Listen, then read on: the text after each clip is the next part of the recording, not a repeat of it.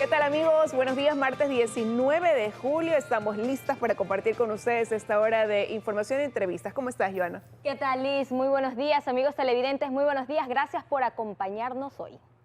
Vamos a contarles a quiénes tendremos en nuestro ya segmento de entrevistas. Esta mañana nos acompañará Cecilia Paredes. Ella es rectora de la ESPOL.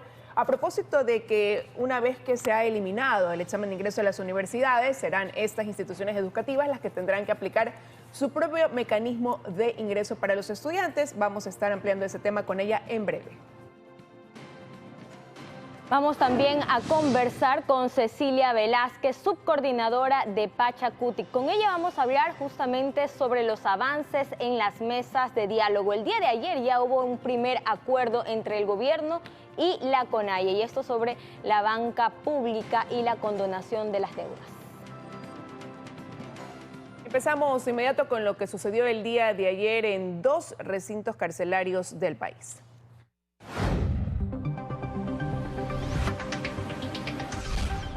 Así es, nuevamente las cárceles del país se llenan de sangre. 13 presos fallecieron este lunes en la cárcel de Santo Domingo de los Áchilas tras reportarse un enfrentamiento entre los privados de la libertad de los distintos pabellones. Específicamente fue entre el pabellón de mediana y de mínima peligrosidad, Liz. Y además, hasta el momento, pues se habla de dos privados de la libertad que resultaron heridos. Esta madrugada, hay que decirlo, el SNAI ha informado que han realizado algunos operativos. Uno de requisa en el que se han encontrado armas y municiones, armas blancas también, cuchillos, pistolas. Pero también han comunicado que ya han sido trasladados 16 reos en total, uno de ellos de alto riesgo, que no se ha notificado a cuál de los centros carcelarios del país, y los otros 15 también distribuidos en las distintas cárceles del Ecuador. Veamos la siguiente nota. Una nueva alerta saltó en el centro carcelario Bellavista en Santo Domingo aproximadamente a la 1 de la tarde de este lunes 18 de julio. El hecho se habría suscitado tras intentar asesinar a un líder de banda, el cual era de nacionalidad venezolana. La incertidumbre se vivió a flor de piel en los exteriores del centro de privación de libertad, puesto que familiares escucharon claramente detonaciones que provenían de los pabellones. Estaba en la videollamada, cuando tomó la puerta y se le metieron. Estos disturbios carcelarios dejan como resultado 13 privados de la libertad muertos y 2 heridos. Sin embargo, el ministro del Interior, Patricio Carrillo, manifestó que dentro de la cifra de fallecidos se encontraría alias Goyo, quien habría sido líder de una nueva banda. Se comprende que una fracción de los denominados R7, que era un apéndice de los Chone Killers que tomaron el control del centro penitenciario, fueron alertados supuestamente de la creación de otra organización, un grupo de delincuencia organizada, liderado por alias Goyo, que es uno de los que perdió la vida en este amotinamiento, quienes intentaban sublevarse. Todos estos hechos suceden en un pabellón de mínima. Carrillo afirmó que el Centro de Privación de Libertad Bellavista de Santo Domingo de los Áchilas estaría ubicado de forma prioritaria para el censo carcelario, que se realizará a nivel nacional. Además, destinarán recursos para fortalecer la infraestructura de la cárcel. Desde Santo Domingo de los Áchilas, Karen Caguano, 24 horas. Este no fue el único hecho, como les comentábamos al inicio, una riña se produjo la tarde de ayer también en la cárcel de El Inca, ubicada en el norte de Quito, y según testigos esta revuelta ocurrió debido a un enfrentamiento entre pandillas, de la cual se registraron 7 heridos. Así es, durante varias horas, unidades de la Policía Nacional, militares y Cruz Roja se desplegaron dentro y fuera del centro penitenciario y afirmaron que el incidente fue controlado. Ahora, por su parte, miembros del movimiento guevarista, familiares y allegados a las personas privadas de libertad se acercaron para conocer el estado de salud de las personas ahí, las que estaban, se mencionaba, heridas, pero no obtuvieron respuesta de las autoridades. Son las 7:05 de la mañana, vamos con otros temas. Así es. Se espera que hoy se firme el primer acuerdo entre el gobierno y las organizaciones indígenas en torno a la segunda mesa de diálogo que trata temas de la banca pública y privada.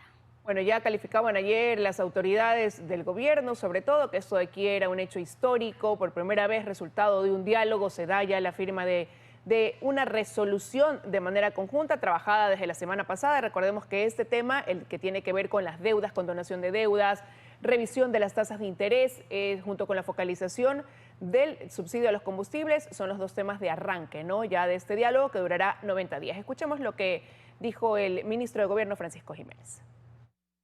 Condonación de deuda, reestructuración, refinanciamiento y recalificación crediticia, además de las nuevas aperturas de líneas de crédito productivo que hoy, con lo resuelto en la mesa 2, pues van a permitir una mayor accesibilidad, sobre todo de los sectores rurales y de los sectores populares, a estas facilidades crediticias. Primeramente tenemos el aspecto de aquello que es la condonación de créditos hasta $3.000 en Ban Ecuador. En sí el beneficio es como para 27.000 ecuatorianos. Segundo, el elemento de oxígeno es que aquellos con deudas entre $3.000 y $10.000 puedan entonces tener una refinanciación de estas deudas vencidas.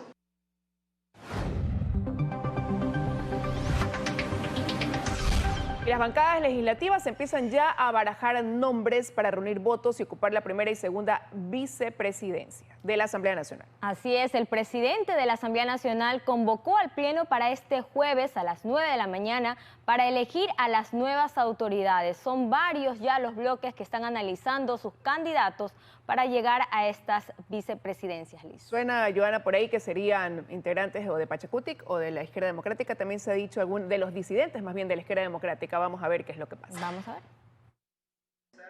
Este jueves 21 de julio se sabrá quién ocupará la primera y la segunda vicepresidencia de la Asamblea Nacional. Y es que el presidente Virgilio Saquicela oficializó la convocatoria al Pleno este lunes para elegir a las nuevas autoridades, pues desde hace 48 días está vacía la curul de la primera vicepresidencia y desde hace una semana atrás también la de la segunda vicepresidencia. La interrogante ahora es qué nombres suenan para ocupar estos cargos. En Pachacutic tienen una terna de la cual saldrá un candidato, aseguran. Queda un espacio que de igual manera pertenece a la bancada de Pachacutic. En ese sentido se ha enviado una terna tanto del compañero Peter Calo, Patricia Sánchez y Mario Ruiz para que puedan ver cuál de estos tres compañeros podrían ocupar la primera vicepresidencia. Durante las últimas semanas en los pasillos de la legislatura se habla de una nueva mayoría, encabezada por la bancada correísta de UNES. El legislador Pavel Muñoz es parte de ellos y asegura que sí irán en busca de la primera vicepresidencia. Creemos que al ser la bancada que más votos tiene dentro de la Asamblea Nacional, también estamos en capacidad de hacer una postulación, así que no hemos cerrado filas, pero estamos también muy dispuestos a hacer una postulación de nuestra parte. ¿Será una mujer para la primera vicepresidencia? Tiene que ser. En el Partido Social Cristiano han sido claros, no mocionarán a nadie de su bancada a esos cargos. Mientras que en la bancada oficialista cuestionan cómo se llegó a este punto, también descartan llegar con un nombre a la votación del jueves. Y mencionamos esto porque nosotros no vamos a proponer ningún nombre ni pretender optar por este espacio, porque si esta pseudomayoría estableció toda una línea de tiempo donde iban a bajar a la presidenta Yor y posteriormente a la vicepresidenta, no puede ser que nunca se hayan planteado entonces a quiénes iban a sentar. Hay que recordar que Yesenia Guamaní fue destituida de la segunda vicepresidencia hace una semana y el actual presidente Virgilio Saquicela llegó a ese cargo tras la destitución de Guadalupe Llori. Cambios que se han dado en tan solo el primer año legislativo. En Quito, Karen Aro Ruiz, 24 horas.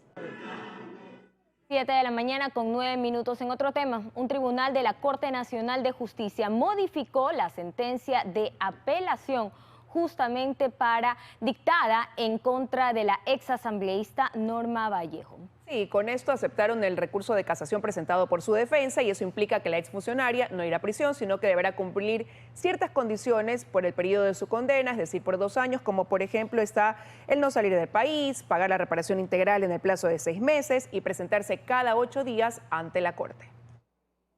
Vamos a revisar otros temas, 7 y 10 de la mañana y mucha atención con lo que viene, que tiene que ver con temas de salud, sobre todo COVID-19. Y es que el Ministerio de Salud Pública, debido al incremento de los casos en los últimos días, está recomendando nuevamente el uso de mascarillas, sobre todo, Joana, en lugares cerrados, han dicho ellos, ¿no?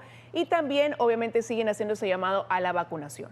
Y es que hay que recordar que aunque hay un incremento muy considerable en los casos de COVID-19, todavía ese incremento no se ve trasladado hacia las unidades de cuidados intensivos, pero una forma de prevenir que se llegue nuevamente al colapso del sistema de salud pública, Liz y amigos televidentes, es esta recomendación: utilizar nuevamente las mascarillas en espacios cerrados y de forma obligatoria para aquellas personas que presenten sintomatología respiratoria. Vamos a revisar las cifras para que usted vea por qué hace esta recomendación el Ministerio de Salud Pública, ¿no? 11.881 casos positivos de la variante BA.5 de Ómicron, que es la que está circulando y que han dicho que es más transmisible, más contagiosa en este momento. Eso en la semana 28. Sí, justamente tenemos más cifras en cuanto a la ocupación hospitalaria. 11%, 52 de 481 camas del sistema hospitalario están ocupadas, esto hasta el incremento de los casos de COVID-19. Luego, ¿qué pasa con cuidados intermedios? Hay el 17% de ocupación, esto quiere decir 2 de 12 espacios, mientras que en cuidados intensivos 13%, 7 de 52 camas. Lo que han dicho las autoridades respecto a esto, evidentemente, es que no se incrementa la hospitalización ni tampoco el número de muertes. El fin de semana hubo 2 fallecidos y esto de aquí ha dicho el ministro de Salud, Johanna, se debe a la vacunación. Por eso también están haciendo un llamado a que se apliquen el tercer y cuarto refuerzo, sobre todo, que es lo que tiene una cifra o un porcentaje muy bajo todavía en el país de cobertura. Principalmente la dosis, el segundo refuerzo o la cuarta dosis. Menos de 1 millón de personas en todo el país han aplicado la cuarta dosis. ¿Tú ya te aplicaste la cuarta dosis? Todavía no me corresponde, pero voy cumpliendo mi esquema como es. Ahora ya somos 18 millones de personas, dicho sea de paso. A la tarde de ayer, a las 6 de la tarde, Ecuador ya oficialmente alcanzó ese número, 18 millones de ecuatorianos. Y en todo caso, hay que seguir vacunándonos, es muy importante. Y también un poco apelando a ese sentido común, ¿no? Como decían las autoridades, ya después de tanto tiempo en pandemia, ya saber dónde usar la mascarilla y dónde no. Lo que está, la recomendación ahora, ayer ha sido una publicación del Ministerio de Salud Pública, es en lugares cerrados de la Judicatura avanza en este proceso de selección de jueces anticorrupción. De los 113 aspirantes deberán llenarse 14 plazas. En la lista de los postulantes constan algunos nombres de personajes polémicos por sus fallos, como jueces o fiscales. Para estar en la lista de los 14 jueces anticorrupción y el banco de elegibles, los aspirantes deberán tener al menos 80 puntos. Son 113 postulantes que avanzan en el concurso y entre ellos 68 hombres y 45 mujeres. El portal Primicias ha hecho una recopilación de algunos nombres, conocidos por su paso por la función judicial y por la política. De hecho, el 71% reportan experiencia en el sector. 20 magistrados, 29 agentes fiscales y un fiscal provincial. Algunos de ellos conocidos en la plataforma pública como el exfiscal Paul Pérez Reina o el fiscal Alberto Santillán, que lleva adelante el caso Yunda, el fiscal César Suárez del caso Ispol. Los jueces que sean seleccionados de esta lista de 113 postulantes deberán conocer casos de corrupción y relacionados con el crimen organizado y narcotráfico, entre otros delitos. Algunos con experiencia como jueces es el caso de la jueza Maribel Tapia del caso Yori, también de la jueza Salomé Palomeque. No obstante, hay quienes se han formado también con afinidad al quehacer político del país. Tatiana San Pedro, que fue asesora parlamentaria, y Jaime Olvido, ex asambleísta. Superada la fase de méritos y la prueba psicológica, se someterán a una evaluación teórica y práctica. Un comité de 18 expertos que han sido ya designados elaborará el banco de preguntas. Los jueces de anticorrupción podrían estar seleccionados a mediados de septiembre. Fausto Yepes, 24 horas. 7 de la mañana con 19 minutos y un tema que preocupa. El crecimiento del empleo formal en el país no está al ritmo de la reactivación económica y se debe a la conflictividad social, una normativa rígida y falta de inversión privada. Sí, según los expertos que siguen buscando, dicen ellos, pociones para la creación de empleo en el Ecuador cuando la fórmula pudiera ser mucho más sencilla. Veamos. Este es el rostro del desempleo en el Ecuador. Las frías cifras que se repiten a diario, pero que no se había visto la magnitud de la desocupación en Quito, por ejemplo, en donde 85 ciudadanos postulaban por cada una de las 200 plazas que ofreció Emaceo la semana pasada, cuando postularon más de 17,000 ciudadanos. Según el Banco Central, en el primer trimestre de este año la economía creció casi 4% respecto al primer trimestre de 2021, no se está reflejando en un crecimiento en la misma velocidad en la tasa de empleo adecuado. Y el empleo no crece al mismo ritmo de la economía, dice, porque saliendo de la pandemia entramos en un paro que generó nerviosismo en los posibles inversores privados. Que derivaron, entre otras consecuencias, de un incremento sumamente elevado del riesgo país, también va a tener una consecuencia en la llegada de inversiones al país. El obsoleto código laboral es demasiado rígido, dice este economista, y con una asamblea que no legisla se reducen las posibilidades de reformarlo. Sí se lo puede normar a través del ministerio. Vía acuerdos ministeriales, dice, se puede dar mayor fluidez a la relación laboral con cambios específicos que pueden alentar la creación de empleo. Para que se puedan, sin costo adicional, mantener las 40 horas, pero repartirlas de otra manera durante la semana, lo cual en muchos negocios es necesario, es indispensable. Y se puede ensayar también la contratación a tiempo parcial y ocasional y fomentar el empleo joven con un salario menor al básico a cambio de capacitación, sostiene. Para ello se requiere inversión, seguridad jurídica y una normativa más flexible, una normativa más amigable entre trabajadores y empleadores.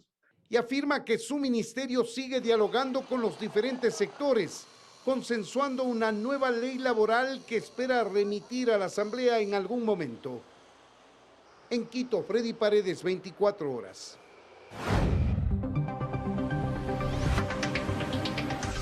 Derechos políticos, y nos referimos a Jorge Yunda, y es que en suspenso quedó la decisión del Tribunal Contencioso Electoral para conocer si se ratifica la pérdida de los derechos políticos del exalcalde de Quito o se confirma su estado de inocencia.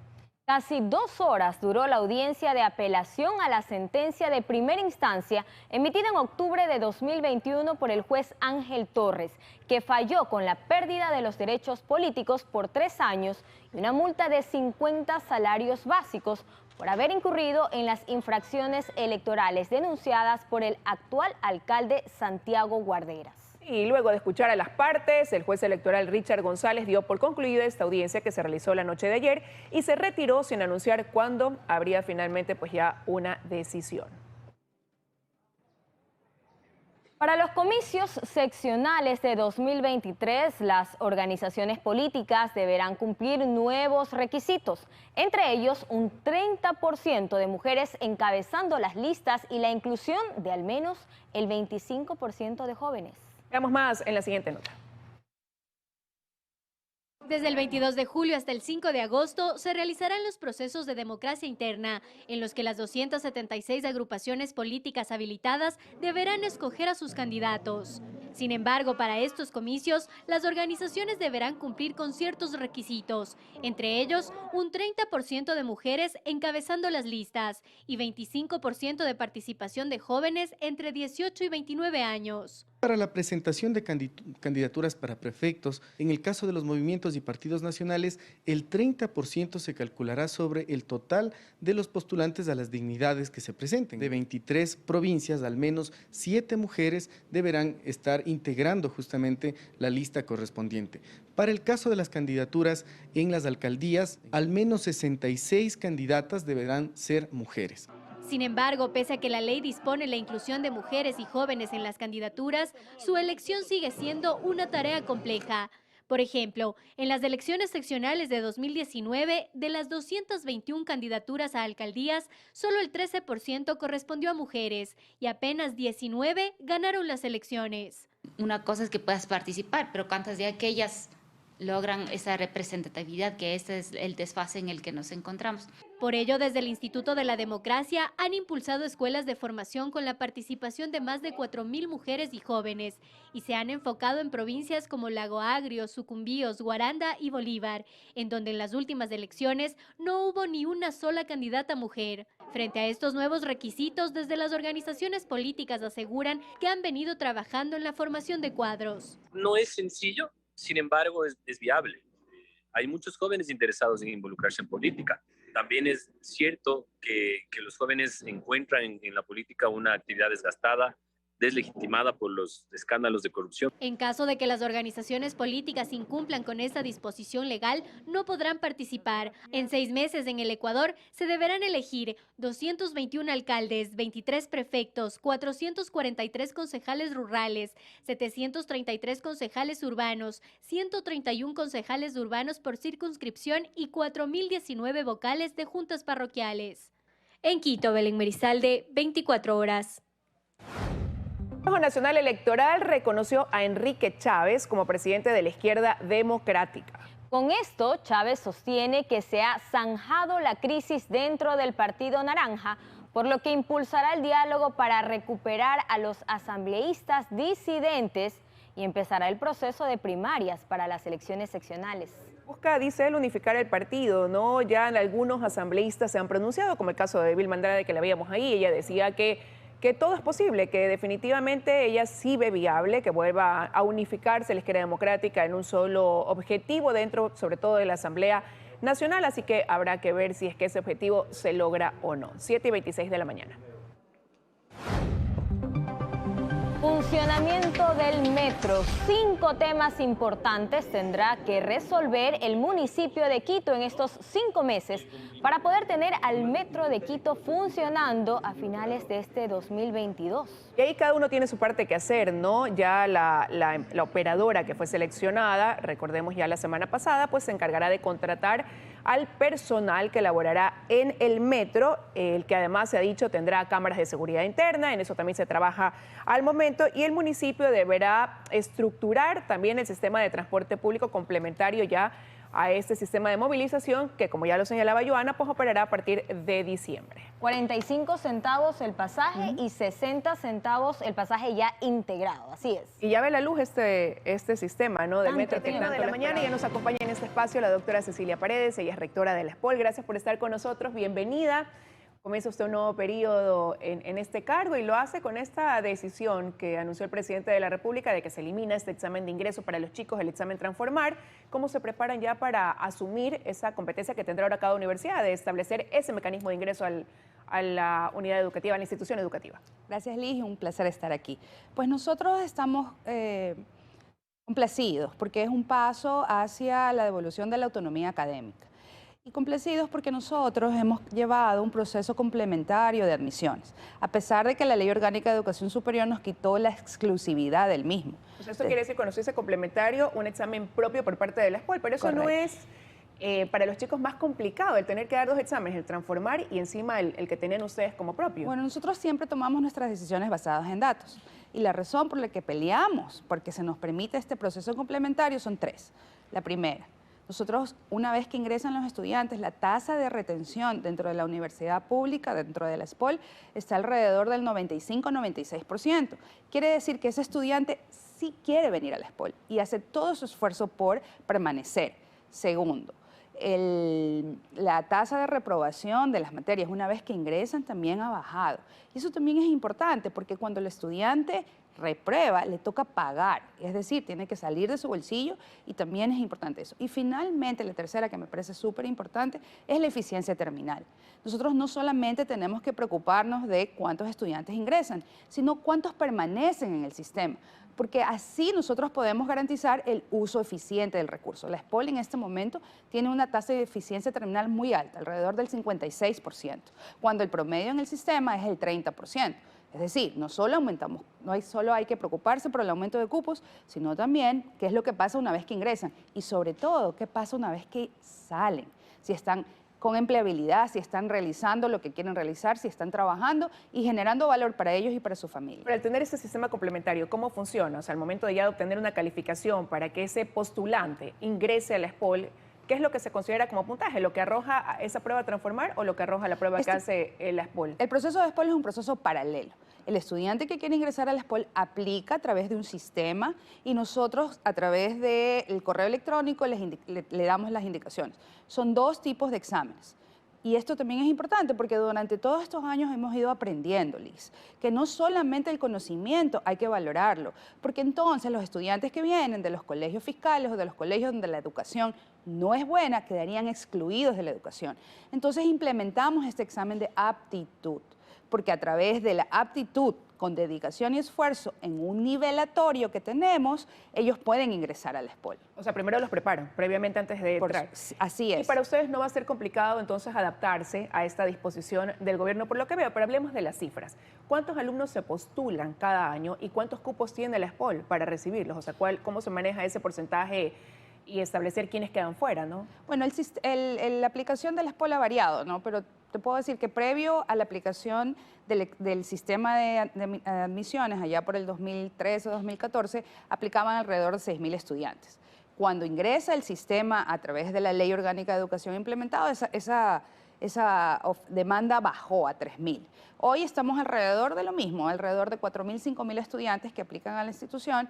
Nosotros damos alrededor de 2.700 cupos, 2.800. Hemos ido incrementando, comenzamos en 2.000 y este año estamos ofertando 2.700. Y de esos 2.700, los estudiantes aplican y se quedan alrededor, aceptan e ingresan al SPOL, al sistema de admisiones alrededor de 2.600. Es decir, se quedan como 100 cupos que no los aceptan los estudiantes porque de repente no son las carreras que ellos quieren, pero es lamentable porque son las carreras que más necesitamos como país: acuicultura, agricultura, logística, matemáticas, estadística, que son carreras importantes para el desarrollo productivo y social de esta país. Pero ¿por qué ellos no apuntan a esas carreras? Ellos al final tienen que aceptar, el estudiante en el proceso actual, antes de que nos devuelvan la autonomía académica a las universidades, tenían que postular 3 opciones y después de eso aceptar los cupos. Según el puntaje que ellos saquen. Según el puntaje. Nosotros no hemos puesto, carrera. por ejemplo, nosotros no tenemos puntaje mínimo.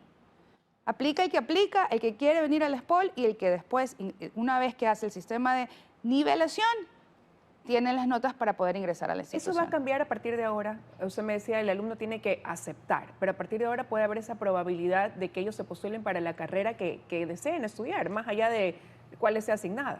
Así es, o sea, ahora esta vez en los sistemas del próximo año, pues como lo hemos hecho hasta ahora, aplican al SPOL y nos van a decir qué carrera van a hacer. Nosotros estamos en revisión, justamente, lo hacemos cada año, porque cada año tenemos información, data que nos permite tomar y mejorar estos procesos. Hemos aplicado políticas de acción afirmativa, hemos revisado muchos de estos temas para poder mejorar la eficiencia, justamente también en el nivelatorio.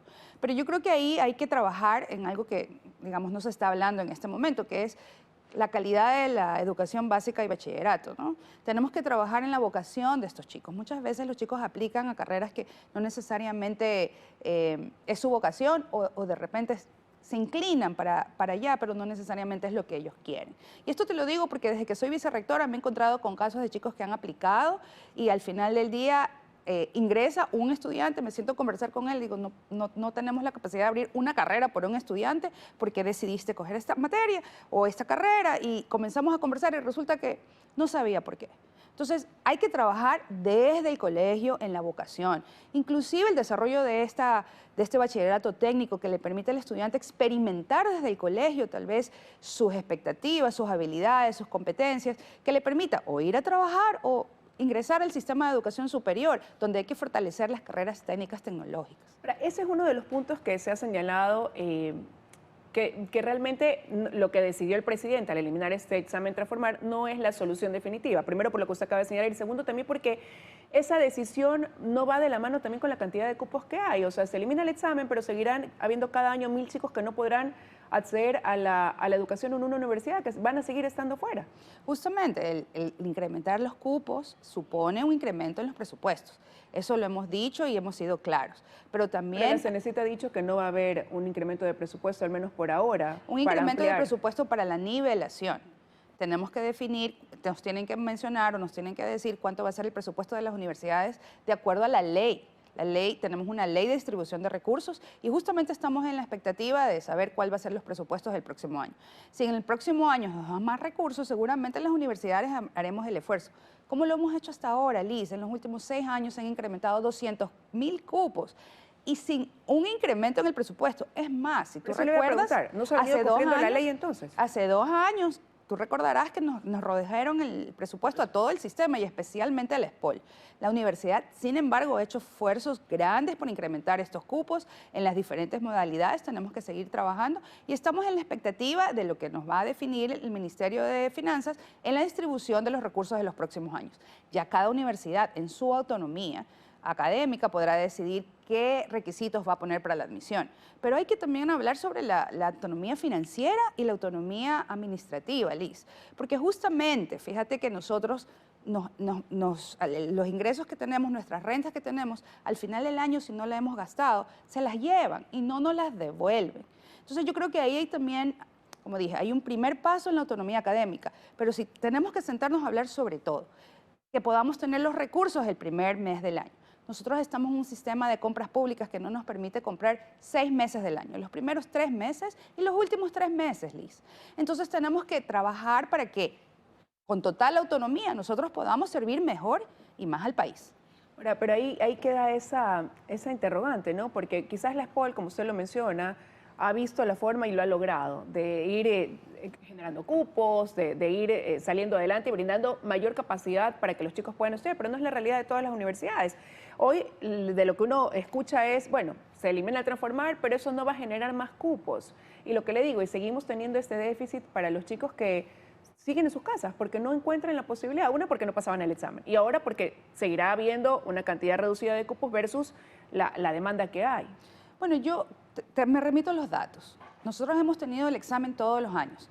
Ha habido inclusive una reducción de presupuesto y las universidades hemos aumentado cupos. Entonces tenemos que seguir trabajando para ser más eficientes. Pero igual ese aumento de cupos va por debajo quizás de lo que se requiere. Bueno, eso sí, ¿no? La oferta y la demanda no están igualadas y por eso es que hay que trabajar en la integralidad del sistema.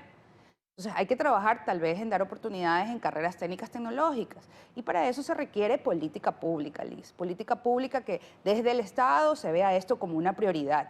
Política pública para que de repente incentive a las empresas a tomar parte de este proceso de educación, como lo estamos haciendo en Pozorja, nosotros con DP World y con el municipio de Guayaquil, trabajando para el desarrollo de Pozorja a través del diseño de carreras técnicas tecnológicas, donde los estudiantes puedan el 30% estar con nosotros virtual y el 70% en el lugar, en las empresas desarrollando su educación y las empresas financiando esto. Lo estamos desarrollando, esperamos ya sacar estas carreras el próximo semestre, en octubre, y los siguientes años, justamente en función de nuestra vocación, la vocación de la región y las necesidades de los sectores productivos y sociales. Pero eso como una iniciativa propia de SPOL. Hay universidades que ya lo estamos haciendo, no solamente se habla del SPOL, el sistema LIS ha avanzado, ha madurado, está aquí para ofrecerle una educación de calidad. Ese es el mensaje que al final quiero dejar, ¿no? Yo me siento súper orgullosa del SPOL, nosotros hacemos grandes esfuerzos, somos muy autocríticos y siempre pensando en una educación de calidad, una educación que nos sirva para generar valor. Pero creo que el sistema también ha avanzado, hemos pasado 3 evaluaciones institucionales de la calidad, tenemos sistemas implementados. Yo tengo mucha sinergia con los rectores y todos cuando nos sentamos a conversar hablamos de estos temas que evidentemente supone un esfuerzo de todos, de la universidad, del gobierno y de la empresa o de los sectores productivos y sociales. Para finalizar rápidamente, no quiero dejar de preguntarle algo. Cuando se tomó esta decisión de implementar el examen Transformar, era porque también los chicos se postulaban siempre para las carreras tradicionales, las mismas carreras, y no se ampliaba quizás ese abanico. ¿Eso ha ido cambiando? ¿Cree usted que ahora los jóvenes también optan por carreras que quizás no son tradicionales, pero son las carreras que van enfocadas a lo que el mundo demanda hoy, a lo que se demandará en el futuro? No, Liz, justamente es lo que menciono. Hay que trabajar en esa vocación y en ese trabajo desde el colegio. Siguen habiendo las mismas demandas en las mismas carreras que tú mencionas. De hecho, como te mencioné, en la SPOL quedan unos cupos en carreras importantes que ayudan al desarrollo de la provincia, del país. Entonces creo que hay que seguir trabajando y, como digo, es un esfuerzo de todos. Nosotros hicimos un pequeño piloto con nuestro colegio para trabajar el preuniversitario en 6º curso y lo queremos hacer con escuelas fiscales para poder ayudar a cerrar esa brecha, pero hay que trabajar en la vocación. Quiero agradecerle que haya estado con nosotros, doctora Paredes, rectora de la SPOL. Muchísimas gracias. Gracias, Liz. Son las 7:43 de la mañana. Vamos a una pausa y ya regresamos con más. Nos acompaña ya la licenciada Cecilia Velázquez, subcoordinadora de Pachacutic. Gracias por estar con nosotros. Bienvenida. Buenos días, qué gusto. Siempre a las órdenes. El gusto es nuestro. Bueno, ayer se firmó ya este primer acuerdo después de estas mesas de diálogo y es lo que tiene que ver con refinanciación de las deudas en cuanto a la banca pública y privada. ¿Cómo evalúan ustedes el avance de estos diálogos?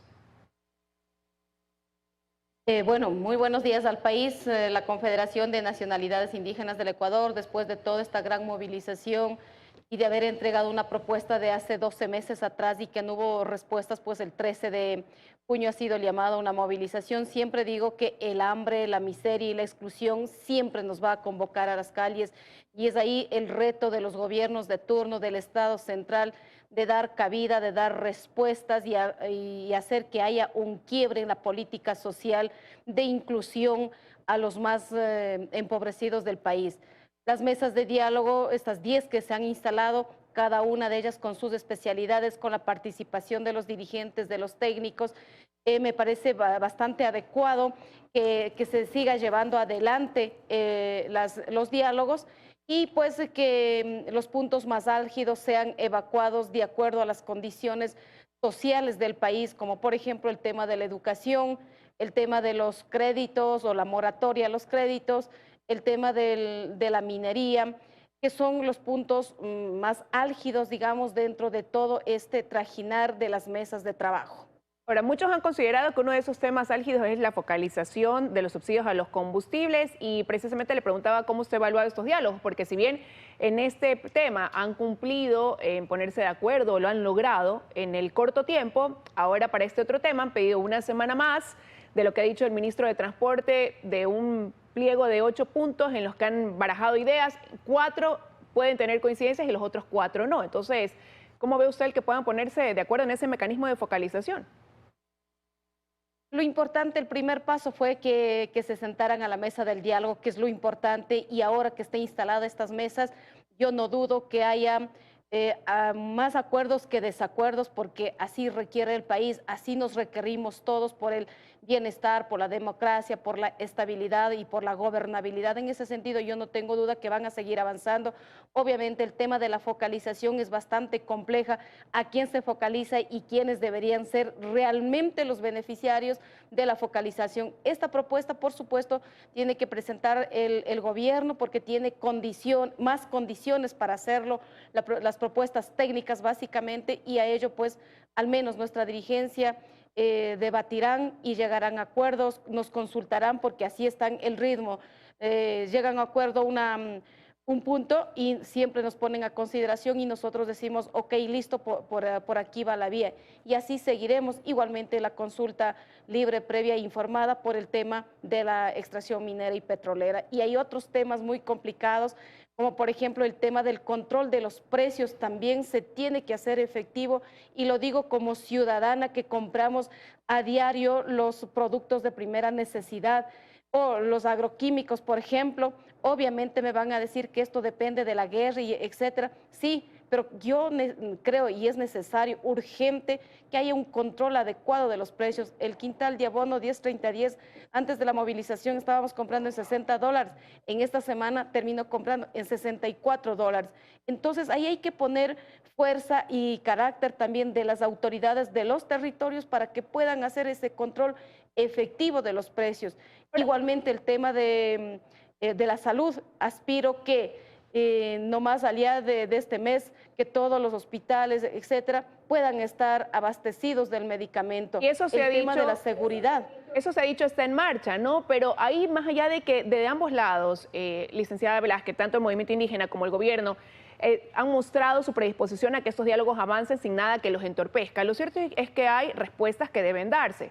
Ustedes han señalado que de parte del gobierno explicar o ampliar el detalle, dar nombres de quienes están atrás del financiamiento de las movilizaciones cuando ellos lo han relacionado con el narcotráfico. Pero también del lado del movimiento indígena no han explicado cómo se financiaron esos 18 días de movilizaciones, por ejemplo. Primero, rechazar las denuncias del señor presidente de la República. No solamente hay que decirlo, hay que ir a la Fiscalía y demostrar que hay un financiamiento. Y yo sí le puedo certificar quién financia las movilizaciones de los pueblos y las nacionalidades.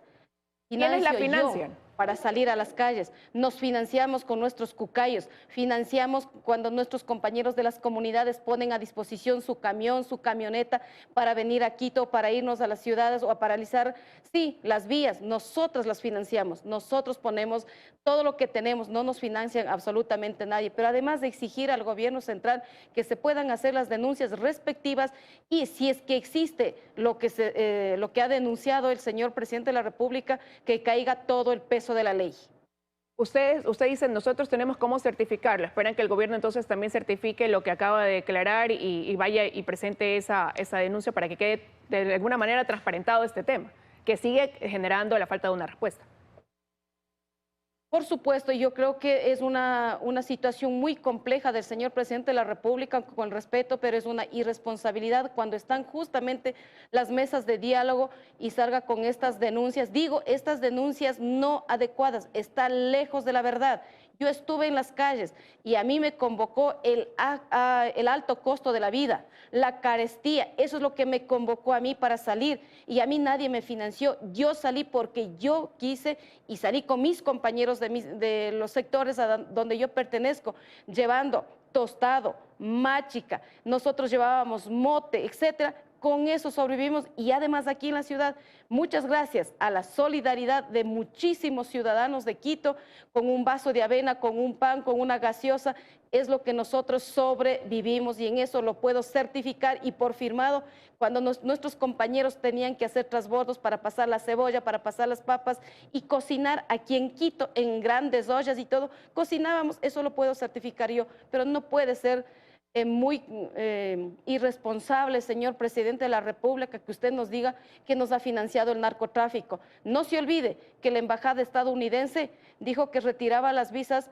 porque había narcogenerales. Es lo que hay que poner ojo y hay que investigarlos. Ese proceso continuará y por lo visto pues sin entorpecer las mesas de diálogo, ¿no? Que continúan su ritmo. Ahora hablemos de lo que sucede también en la Asamblea, licenciada Velázquez. Para este jueves ha sido convocado el Pleno para elegir al primer y segundo vicepresidente de la Asamblea. ¿Cuál será la postura de Pachacuti frente a esas vacantes que hay cuando se dice pudiera ser ocupada por alguien del partido al que usted también representa? A ver, en el tema legislativo nosotros habíamos dicho claramente a la salida de la abogada Guadalupe Liore de la presidencia del primer poder del Estado, el movimiento Pachacuti no iba a participar en ninguno de los puestos directivos de la Asamblea Nacional y así lo sostenemos. Esto fue tomado una decisión en el Consejo Político Nacional del 7 de marzo del 2022 y en ese sentido sigue vigente esta decisión que no la toma Cecilia Velázquez, que no la toma Marlon Santi, sino que es del Consejo Político Ampliado, que es el Consejo Político Nacional, que es la máxima autoridad donde decide el movimiento Pachacuti. Y en ese sentido, nosotros no participaremos, al menos de la línea Pachacuti real, no participarán en ninguno de estos. Pero no habría opción de cambio de opinión, porque así también habían dicho que votarían en contra de la destitución de Yesenia Guamaní, lo dijo el jefe de la bancada y después pues terminaron votando a favor. Hay diferentes puntos de vista y en eso lo debemos reconocer dentro de la bancada y cada uno de los compañeros asambleístas tienen cada uno que pasar por diferentes procesos internos nuestros. Saben que hubo una decisión de apoyar, por un lado, en el tema esto de la asambleísta Guamaní, que también fue por el caso similar que lo hicieron a Guadalupe Llori. Simplemente necesitan despejar los pasos que a ellos les detiene y creo que la ambición de muchos asambleístas que están en esta línea de votar a quien se las cruce en el camino para asumir un cargo o poner los puestos dentro de la asamblea, simplemente eso les está convocando y eso está visto por la ciudadanía, no las digo yo, eso es lo que pasa en la vida práctica. Nosotros como organización política empeñados en llevar adelante la agenda política con la que ganamos, es decir, la agenda legislativa y también obviamente en la estructuración de nuestras candidaturas 2023. Gracias, licenciada Cecilia Velázquez, por haber estado esta mañana con nosotros. A usted, qué gusto, muchas gracias. Que tenga un buen día. Con eso de aquí, amigos, estamos despidiendo ya esta emisión nacional. Inmediatamente vendrán las noticias de la comunidad. De mi parte, les deseo que tengan un excelente martes.